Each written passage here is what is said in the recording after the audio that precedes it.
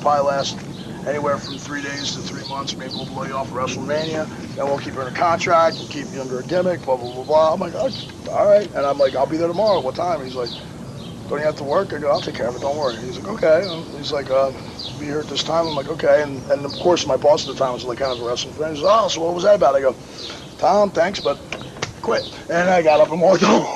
I just left. So you screwed the gas station guy? Oh, I just walked out. Yeah, that guy's a big cokehead anyway. He lost the gas station to a bunch of Pakistani fucking terrorist people anyway. All right, so you go to the WWF. Yeah. What's your character? The evil Santa Claus. What's it called? Santa Claus. And what happens? They give me the 3 dates. Right. I see the outfit they give me. Now, do they sign you for a year? They sign me for 2 years. 2 years? 2-year contract. A lot of money? No guaranteed money whatsoever. It's all based on percentages and this and that. You're guaranteed, I think, $50, 10 times a year. Okay. That's the minimum guarantee. Okay. But pretty much the contract you sign everybody to. Okay. What happens there is I do the 3 days, and then right before Christmas itself, 2 days before Christmas, I get the phone call from J.J. Dillon. Oh, well, the character's not going to work out, you know, blah, blah, blah, blah. So I'm like, what, do you let me go? You fire me? And he's like, no. What we're saying is like, we're going to, you know, go to character development, want to keep you under contract, put you on payroll. I'm like, okay. And do I still get to wrestle? Because at this point now, I'm bragging, I want to wrestle. You know, I'm out of shape. I'm really out of shape. Right. You know, and I'm like, like the only way I know how to get in shape, like I can lift, but if I'm not wrestling, if I'm not going out, I mean, you know how hard I work. Yes. That's what I love to do. You know, I like to fish. I'm not gonna, you know, maybe when I'm 70, I can make a living running fluke charters, but I'm a worker. You know, I work hard at any job I've ever We had. figured that out, like, for the past 5 minutes when you've been saying it. Okay. Okay, there's only so much tape we have here. Sorry. And Fat Matt's eating his hand. Sorry, Fat Matt. So basically, quickly, he tells me you can work on indies if you get booked through our office and only as Santa Claus, so you probably won't wrestle for 6 months to a year. I'm like, how much am I going to get paid? And he's like, well, we don't know yet. I'm like, what do you mean you don't know yet? I'm like, when do I get paid for the pay-per-view? I need my money. And he's like, well, that maybe 3-4 months. I'm like, that's not going to work. You know, I mean, what am I supposed to do? Am I supposed to go get a job now? You know, I can go get a job anywhere. He goes, well, no, you can't work. You're under contract with WWF. I'm like, well, then I can't be under contract with WWF. You know, and this is the way. This is right when JJ was on his way out then too, and you know, this is when WCW started pulling talent and everything, and right. You know, JJ was on his way out back to you know, and it wasn't just me who got this shaft, and. So basically what happened was I did a mutual contract release, which said there was no heat. You know, I was like, I don't want heat, but I can't not make money. Right. You know, and you're not telling me how much I'm going to make a week, but I'm supposed to accept this and just sit at home and not get paid, you know? I mean, tell me what I'm going to make a week. So you were a WWF superstar for how long? 3 days. For 3 days. Superstar. Baby. Okay. But like I do a pay-per-view, my first night is a pay-per-view, and I'm in a character on pay-per-view. Okay. You know? Then I do then I do Raw taping, and then I do the Saturday morning taping that Tuesday night. And both matches, of course, they put me over in. They didn't come up with a finish till me for Saturday, till the Saturday taping. And because they asked, well, what do you want to do for a finish? I'm like, I don't know. I do a splash off the top. I can do a leg off the top. Call it a chimney buster or something. I'm like, well, I go, nobody does a submission right now. How about we do the camel clutch? Call it a sleigh ride. And they're like, oh, no. Well, I'm like, oh, well, DiBiase's my manager. How about I just power slam him tonight? I do a good power slam. He goes, okay, that sounds good. And who did the job for me? For Monday Night Raw, who did the job? Scotty, Too Hottie. What the hell do I know? I don't watch that crap. Scotty Riggs. I'm the mass maniac. Of all people, Scotty Riggs is the one who did the job to Santa Claus. I hate to break this to you, but Scotty Riggs is not Scotty Too Hottie. Well, not Scotty Riggs. Scotty Too Hottie. So you know your wrestling. Well, Scotty Riggs did the job to Boot Bradley. All right. 3-day WWF career. Right. How much money you make? $9,000. You make $9 grand. Okay. Yeah. So far, that's more than you've made your whole wrestling career. Well, no, I did all right, but I did a couple years more than that. But that was the most I ever made for like that kind of work. You know, okay. I was like, Jesus. Did you ever meet Vince McMahon? Yes. Okay. What did he say to you? I met him years ago doing jobs. I was the only jobber he actually ever would shake hands with and say, "Good work, son. Keep working." Okay. When you were. When I met him, I didn't even meet him when I signed my contract. Okay. I met him the night of the pay-per-view, and he goes, "Here's what we have in mind." Oh, by the way, I'm Vince. I go, "Well, hello, John. It's nice to meet you. Pleasure."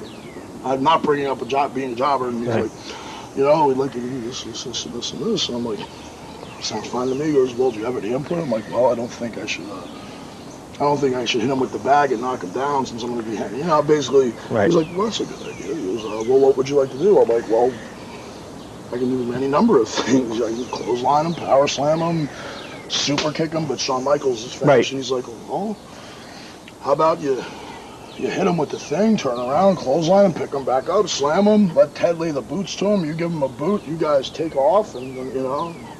I'm like, okay. And he seemed like a nice guy. And the next night, and he loved the gimmick. Goes, that was great. You know, I think it's something he wanted to do for years. The second night, he was, look, you're not going to be on TV. But I was George Steele's boy. George Steele was like supposed to teach me all. You know, Right. like that was my agent. Right. But when you're up there, you have 20 different agents telling you 20 different things that you can or cannot do. Right. But I'm only supposed to listen to one, but I don't know this. I know that I got everybody who I used to listen to when I worked up there telling me, no, no, no, no, no. Basically, my offense was punch. My first match, my offense was punch, kick, clothesline, and power slam. That was all I was allowed to do for my first TV match. And then the second night, George Steele comes up and goes, I got your finish in front of everybody. It's a great idea. I go, okay. He goes, you're going to do the camel clutch and you're going to call it the sleigh ride. I'm like, really? That sounds familiar. And he goes, what do you mean? I'm like, oh, never mind. You know, and I was like, well, yeah, I'm like, let me guess. I'm going to call it the reindeer's name. He goes, how'd you guess? I'm like, all right, you know, I see how this is going to last, you know. So that's why I was, you know, and then so we did the mutual contract lease. I got my money 2 weeks later. I was really happy with that. But I also get a phone call from Candido going, you better look at the Observer and the Lariat and, And those are the sheets. Those are the things that tell all. That tell all and ruin careers and get people to say stupid shit. The Observer basically said reports are that, you know, John Reckner, Boo Bradley was saying was it was a mutual release, but there was also rumors that he wasn't well liked in the locker room by the office members due to his coarse behavior and supposed drinking, which this reporter finds very, very unlikely, as this is all this man has wanted to do. So Meltzer stuck up for me. Right. Whereas Wade fucking Keller, you piece of shit motherfucker, puts on his thing, and I know for a fact that this is true, that he was drinking in the locker room and spit at Vince McMahon. I mean, the shit he wrote about me, and he never even met me. You fucking piece. I'm still gonna come to your house and rape your fucking mother, stick a black dildo this fucking far in your sister's ass while you're nailed to the fucking wall, crucified upside down, motherfucker, all right? I'm still gonna get you. That does not sound like a pleasant evening. Well, so now I'm bitter at the business again. Okay, do you, any idea why you never got re-signed again? Any idea why WWF has never had interest? I did call. Or why they I never did asked you find back? out that the guy who put that story out was Vince Russo, and I got on the phone with Vince Russo. I called up and going, "Where's the heat? What did I do? I'd like to know." And they bouncing around. Vince Russo, I was the one in charge of it. I'm like, "Who the fuck are you to do something like that? When you goddamn well know I didn't do anything like that. Go fuck yourself." And I hung up. Good. So that was probably why I didn't go back to WWF at that point, you know. All right. After that, what happens? You're out of the WWF. You're depressed again. I meet. Now, what, are you back to being? Are you still drunk? No. Now I'm wrestling full time. Are you wrestling full time? I'm wrestling full time. Where are you wrestling full time? I'm wrestling at every goddamn indie you can fucking find. Every single one. From West Virginia to Maine, New York. I mean, I'm driving it all too. Right. But most of the shows are for this guy named Tom Casati.